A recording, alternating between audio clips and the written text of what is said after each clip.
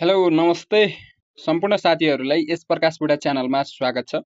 जो साथीहरूले आज भएको सङ्घीय लोकसेवा आयोगको इक्जाम दिनुभयो, अब्जेक्टिभ र सब्जेक्टिभ दुईटैवटा पेपर दिनुभयो, उहाँहरूले मेरो चाहिँ कति मिल्यो भनेर चाहिँ कन्फ्युज हुनुहुन्छ होला, कुन क्वेसन बिग्रियो कुन क्वेसन मिल्यो भनेर। यदि कन्फ्युज हुनुहुन्छ भने त्यसको सोल्युसन लिएर आएको छु मैले। सो ढिलो नगरौँ है साथीहरू। यदि तपाईँहरू यस च्यानलमा नयाँ हुनुहुन्छ भने प्लिज च्यानललाई चाहिँ सब्सक्राइब गरिदिनु होला। तपाईँको एउटा सानो सब्सक्राइबले अझै हामीलाई यस्तै सोल्युसनहरू तयार पार्न, नयाँ क्वेसनहरूको सोल्युसन पत्ता लगाउन सहज हुनेछ, हामीलाई एउटा हौसला मिल्नेछ। सो साथीहरू, आफ्नो मन सानो नबनाइकन चाहिँ प्लिज यो च्यानललाई सब्सक्राइब गरिदिनु होला है त। नजिकै रहेको बेल आइकनलाई पनि क्लिक गरिदिनु होला है। आज मिति भनेको 2082 वैशाखको 27 गते थियो। आज चाहिँ सङ्घीय लोकसेवा आयोग general highway sentry irrigation hydro power समूहको चाहिँ सिभिल समूह जुन नेपाल इन्जिनियरिङ सेवाको सब इन्जिनियर पदको चाहिँ इक्जाम भएको थियो, त्यसको अब्जेक्टिभ बेस्ड क्वेसनको चाहिँ सोल्युसन लिएर आएको छु है त। सुरुमा चाहिँ के हुन्छ भने सार्वजनिक व्यवस्थापन र सामान्य ज्ञानबाट चाहिँ कम्तीमा पनि हजुरको 25वटा क्वेसन आउँछन् हैन। 25वटा क्वेसन चाहिँ यसबाट हुन्छन् भने 25वटा क्वेसन केबाट हुन्छन् त, हाम्रो हामीले जुन पढेको छ हैन, जुन जब बेस्ड नलेज छ त्योबाट चाहिँ हुन्छ हैन। सिभिल इन्जिनियरिङ प्राविधिक समूहबाट चाहिँ 25वटा क्वेसन हुन्छन् भने 25वटा क्वेसन सामान्य ज्ञान र सार्वजनिक व्यवस्थापनबाट हुन्छन्। क्वेसन नम्बर 1, सन् 2025 को जनवरीमा ब्रिक्सको नयाँ सदस्यता प्राप्त गर्ने राष्ट्र कुन हो भनेको छ।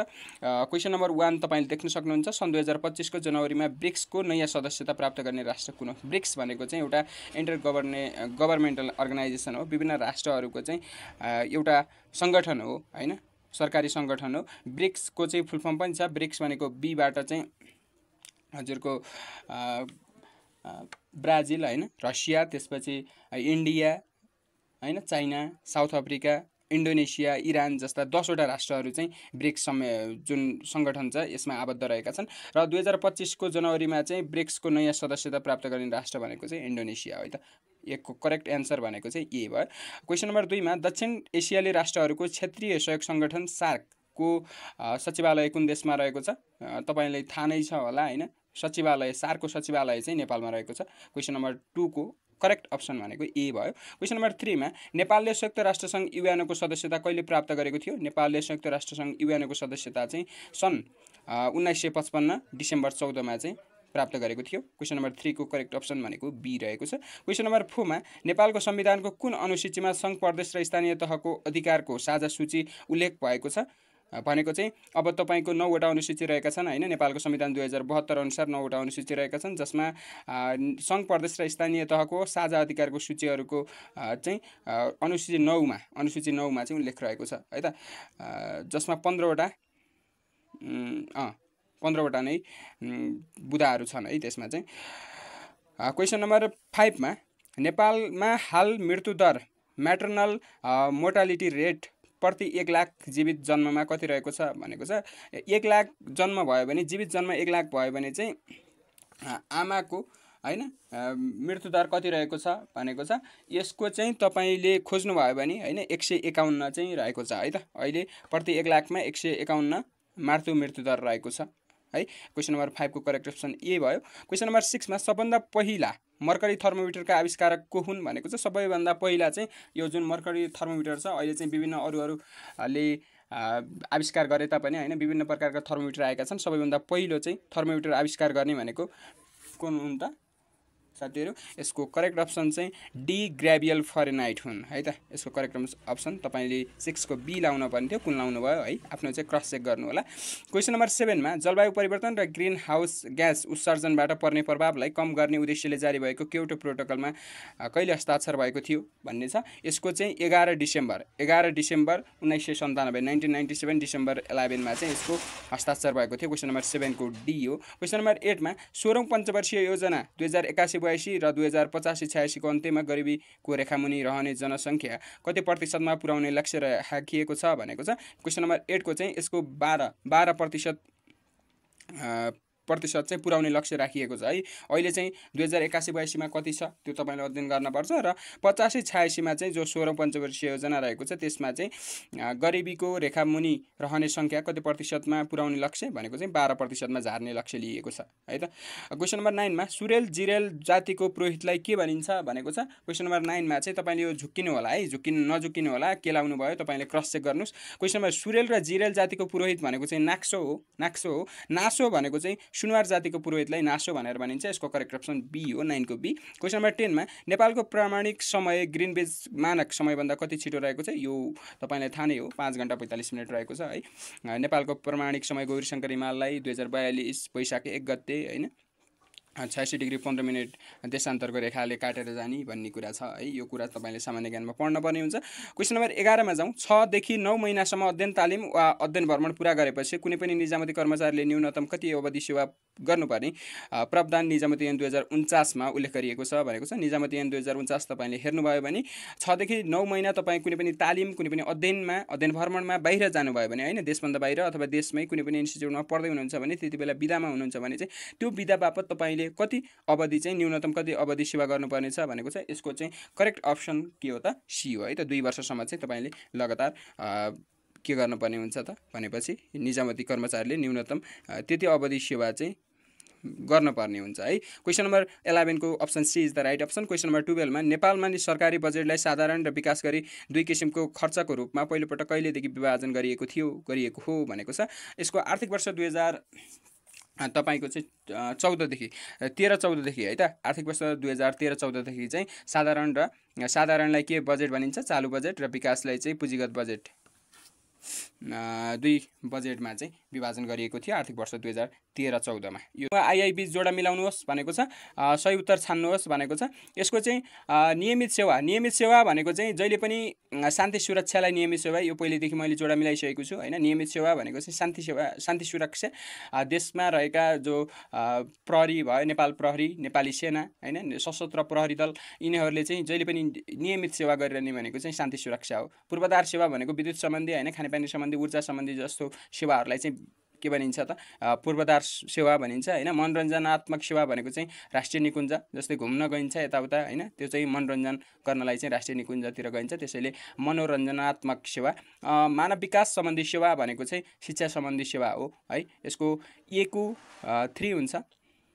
अप्सन कुन करेक्ट छ हेर्नुहोस् त, ए को 3, नियमित सेवा भनेको 3, ए को 3 एउटा मात्रै अप्सन छ, so option D is the right option है त। D is the right option, D is the right option. त्यसपछि D is the right option. अब क्वेसन नम्बर 14 मा जानुभयो भने नागरिक वडापत्र सिटिजन चार्टरको सुरुवात कुन देशबाट भएको हो भनेको छ। नागरिक वडापत्र सिटिजन चार्टरको सुरुवात चाहिँ बेलायतबाट जोन मेजरले गरेका थिए हैन, बेलायतबाट सुरु भएको। जो अब तपाईलाई अप्सन खोज्नु भयो भने संयुक्त राज्य अमेरिका, संयुक्त अधिराज्य चीन र फ्रान्स भनेको छ, तर बेलायत त छैन हैन, नजुकिनु होला। बेलायतलाई युके भनेर भनिन्छ, युनाइटेड किङडमको नेपालीमा संयुक्त अधिराज्य हुन्छ है त। क्वेसन नम्बर 14 को बी हो। क्वेसन नम्बर 15 मा कुनै नेपाली नागरिकले सार्वजनिक निकायमा रहेको सूचना माग गरी सूचना अधिकारी समक्ष निवेदन दिएमा त्यस्तो सूचना कति दिनभित्र दिनुपर्ने कानुनी व्यवस्था रहेको छ भनेर भनेको छ हैन। यो क्वेसन चाहिँ तपाईले बुझ्न पर्ने हुन्छ। यो क्वेसनमा चाहिँ कुनै पनि नेपाली नागरिकले सार्वजनिक निकायमा रहेको सूचना माग गरी सूचना अधिकारी समक्ष निवेदन दिएमा त्यस्तो सूचना कति दिनभित्र दिनुपर्ने कानुनी व्यवस्था रहेको छ। यसको चाहिँ करेक्ट अप्सन 15 दिनभित्र चाहिँ दिनुपर्ने हुन्छ है त। यसको 15 को करेक्ट अप्सन बी। तपाईँले के लाउनु भयो यो चाहिँ क्रस चेक गर्नु होला है, के भयो त। 15 को चाहिँ करेक्ट अप्सन बी भयो। क्वेसन नम्बर 16 मा चाहिँ यो भयो क्वेसन नम्बर 16 मा लोकसेवा आयोग सम्बन्धी व्यवस्था नेपालको कुन भागमा रहेको छ भनेको छ। नेपालको संविधानको कुन भागमा रहेको छ। यसको करेक्ट अप्सन बी, 23 भाग 23 मा चाहिँ लोकसेवा आयोग सम्बन्धी व्यवस्था रहेको छ है। क्वेसन नम्बर 17 मा सार्वजनिक सेवा प्रवाह गर्दा तलको मध्ये ध्यान दिनुपर्ने मुख्य सवाल कुन हो भनेको छ। सार्वजनिक सेवा प्रवाह गर्दा चाहिँ हामीले मुख्य सवाल कुन हो ध्यान दिनुपर्ने भनेको राजनीतिक नेतृत्वको दलगत धारणा हैन। कुनै पनि राजनीतिक दलहरू छन् भने तिनीहरूको धारणा के हो यो पनि बुझ्न पर्यो।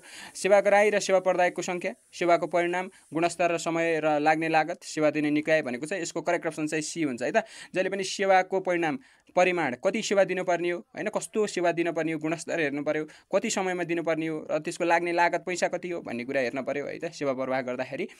सो सार्वजनिक सेवा प्रवाह भन्ने क्वेसन नम्बर 17 को अप्सन सी। पैसा निकालियो होला भनौँ न एउटा लेखा परीक्षणको चाहिँ आन्तरिक स्वार्थको मिलान गर्नु, यो चाहिँ लेखा परीक्षणको उद्देश्य होइन है त। क्वेसन नम्बर 19 मा यो एकपटक लगाइहालौँ है त।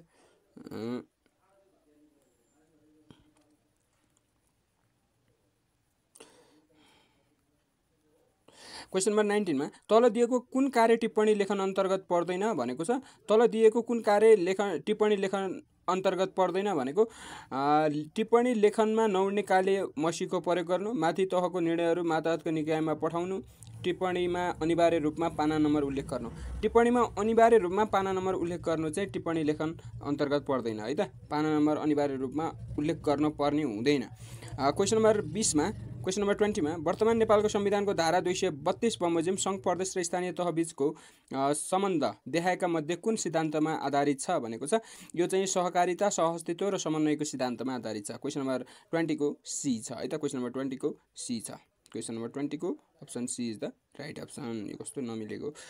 क्वेसन नम्बर 21 मा अब हाम्रो सेवा सम्बन्धी जब नलेज सम्बन्धी छ। मेन्टेनेन्स अफ फायर अलार्म फल अन्डर्स भनेको छ फायर अलार्महरूको मर्मत गर्ने कार्य भनेको चाहिँ हामीले रेगुलर मेन्टेनेन्समा राख्छौँ है त। Question number 22 runway is design on the basis of भनेको छ यसको टाइप्स अफ एयरपोर्टको आधारमा चाहिँ रनवे डिजाइन गरिन्छ। Question number 23 a guarantee amount that is provided by the contractor to the employer toward successful execution of contract is known as भनेको छ एउटा ग्यारेन्टी अमाउन्ट चाहिँ कुनै पनि कन्ट्र्याक्टरले कन्ट्र्याक्ट पाइसक्यो भने, ठेक्का पाइसक्यो भने चाहिँ उसले सम अमाउन्ट अफ मनी चाहिँ डिपोजिट गर्नुपर्ने हुन्छ। त्यही ग्यारेन्टी अमाउन्ट भनेको चाहिँ पर्फर्मेन्स सेक्युरिटी हो है त।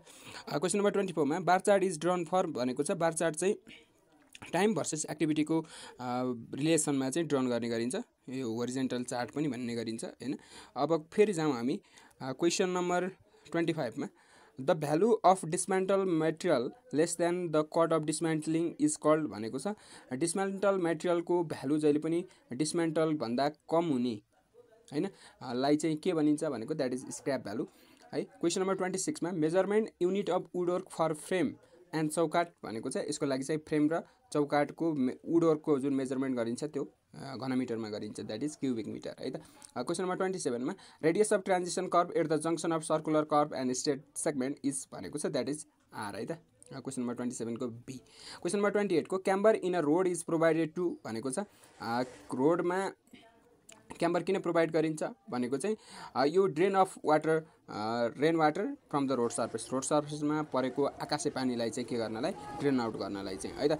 क्वेसन नम्बर 29 मा the function of diversion headwork of canal from the river is to भनेको छ होइन। मेन फङ्सन चाहिँ के हो त डाइभर्जन हेडवर्कको जुन क्यानल रिभरमा चाहिँ बनाएको डाइभर्जन हेडवर्क छ त्यसको चाहिँ मेन फङ्सन के हो भनेको हुन त यिनीहरू सबै फङ्सन हुन् स्टोर वाटर कन्ट्रोल फ्लड होइन रिमुभ सिल्ड तर वाटर लेभल बढाउनु चाहिँ यसको के हो त वाटर लेभल बढाउनु चाहिँ डाइभर्जन हेडवर्कको प्रमुख काम हो है त। डाइभर्जन हेडवर्कको प्रमुख काम हो। क्वेसन नम्बर 30 मा the relation between duty delta and base period is in metric system is given by भनेको छ। यदि मेट्रिक सिस्टममा चाहिँ हामीले रिलेसन हेर्ने हो भने क्वेसन नम्बर 30 को अप्सन सी इज डेल्टा भनेको के हुन्छ 8.64 बेस पिरियड बाई ड्युटी हुन्छ है त। क्वेसन नम्बर 31 मा what are the factor affecting per capita water demand भनेको छ प्रति व्यक्तिको जुन पानीको माग हुन्छ त्यसलाई असर गर्ने के फ्याक्टरहरू छन् भनेको यसको कस्ट अफ वाटर पैसा महँगिँदै गयो भने मान्छेले पानी कम खोज्छ होइन। क्वालिटी अफ वाटर पानीको राम्रो क्वालिटी छ भने मान्छेले पानी धेरै खोज्छ। Size of city habit of people that is question number 31 को option D is the right option. Question number 32 the formula widely use for calculating pipe flow in water supply that is Hazen Williams formula है त।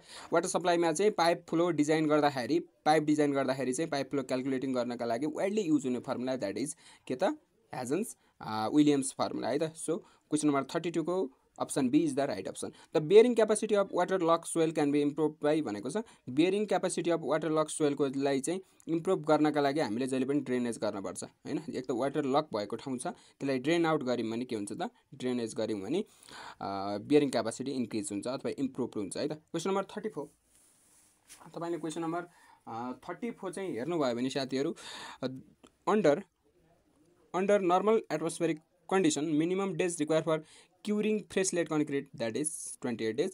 Question number 34 को C. The main reinforcement bar of singly reinforced beam is placed at भनेको छ जहिले पनि singly reinforced beam र doubly reinforced beam भन्ने हुन्छ हैन।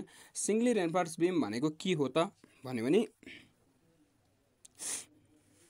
यदि हामीले दुईटा लेयर हुन्छन् हैन एउटा कम्प्रेसन हुन्छ एउटा टेन्सन हुन्छ हैन। यदि हामीले टेन्साइल जोनमा मात्रै बार प्रयोग गरेका छौं भने त्यसलाई सिंगली रेन्फोर्स बीम भनेको छ। त्यसैले मेन रेन्फोर्समेन्ट बार चाहिँ सिंगली रेन्फोर्स बीममा बटम फाइबरमा चाहिँ प्रयोग गरिएको हुन्छ है त। सो क्वेसन नम्बर 36 मा 35 को चाहिँ C is the right option हैन। क्वेसन नम्बर 36 मा the column is considered to be short when ratio of its effective length to its least lateral dimension is that is less than 12 है त lace than 12 के त lace than 12। Question number 37 मा sheepsfoot roller is most suitable for compacting that is question number 37 को option D is the right option. Question number 38 क्वेजन of soil and moisture content has भनेको छ यसको indirectly proportional हुन्छ है त। अहिले मैले केही कुरा डिस्क्राइब गरेको छैन तपाईको कति क्वेसन मिले भन्ने कुरा क्रस चेकको लागि मात्रै मैले छिटो यसको सोलुसन तयार पारेको छु अथवा हैन भनेको छु। क्वेसन नम्बर 39 मा पास्कलले state that pressure at a point is equal in all direction in a fluid at a rest है त। क्वेसन नम्बर 39 को B. Question number 40 if the fluid particle moves in a straight line and all the line are parallel to the surface the flow is called laminar flow है त। Question number 41 मा 1 meter head is equivalent to the 0.1 kg per cm square भनेको छ यसको 41 को A is the right option. 42 centre of gravity of hollow pyramid is 1/3 है त यसको 1/3 of the height above the base है त 1/3 of the height above the base यो कुरा चाहिँ तपाईले थाहा पाउनुपर्छ। सो अर्को कुरा भनेको अब 43 क्वेसन नम्बर 43 मा जाउँ। क्वेसन नम्बर 43 मा A cantilever beam is loaded with a uniformly distributed load. The maximum bending moment will occur at भनेको छ that is fixed end of the beam है त। So centre of the beam होइन support of the beam हो है त जुन ठाउँमा सपोर्ट राखिएको छ। क्यान्टिलिभर बीम भनेको एक ठाउँमा फिक्स अर्को ठाउँमा फ्री हुने बीम हो। सो सपोर्ट भनेको फिक्स सपोर्ट हुन्छ त्यही फिक्स सपोर्टमा चाहिँ म्याक्सिमम बेन्डिङ मोमेन्ट आउँछ। सो 43 को क्वेसन नम्बर 43 को A option is the right option. 44 मा if the shear force along a section of a beam is 0 the bending moment at that section is maximum है त bending moment at that section is maximum. Question number 45 the apparatus use to find the setting time of the cement that is called के त Picard apparatus के त यसको चाहिँ support of the beam यसको चाहिँ म्याक्सिमम यसको चाहिँ Picard apparatus है त। लिड साइड लेयर चाहिँ साउन्डनेस टेस्टको लागि हुन्छ हैन। युनिभर्सल टेस्टिङ मेसिन भनेको त यो त रडको लागि प्रयोग गरिन्छ हैन। क्वेसन नम्बर 46 मा granite is a igneous rock sedimentary metamorphic none है। 47 मा bulking of sand is cause due to भनेको छ बल्किङ अफ स्यान्ड भनेको चाहिँ इज ड्यू टु के त बल्किङ के भने सर्फेस मोइस्चरका कारणले है त एयर वेट भन्दा पनि सर्फेस मोइस्चरका कारणले यदि मोइस्चर छ भने के हुन्छ बल्किङ अफ स्यान्ड हुन्छ। क्वेसन नम्बर 48 मा कन्ट्रोल इन्टरभल भ्यारिज भनेको छ कन्ट्रोल इन्टरभल के का आधारमा भ्यारिज हुन्छ भनेको चाहिँ यो चाहिँ हाम्रो कस्तो हुन्छ भने कन्ट्रोल इन्टरभल भनेको चाहिँ के हो त भन्यो भने दुईटा कन्ट्रोल बीचको चाहिँ हामीले भर्टिकल डिस्टेन्स कति राख्ने भन्ने कुरा हुन्छ हैन। यो चाहिँ अब कस्तो हुन्छ भने जति तपाईको यो टाढा हुँदै गयो फ्ल्याटनेस भनेको चाहिँ यदि फ्ल्याटनेस धेरै छ भने कन्ट्रोल इन्टरभल पनि के हुन्छ सबभन्दा सानो हुँदै जान्छ हैन सानो हुँदै जान्छ बुझ्नुभयो नि भनेको के भयो त फ्ल्याटनेस धेरै हुँदै गयो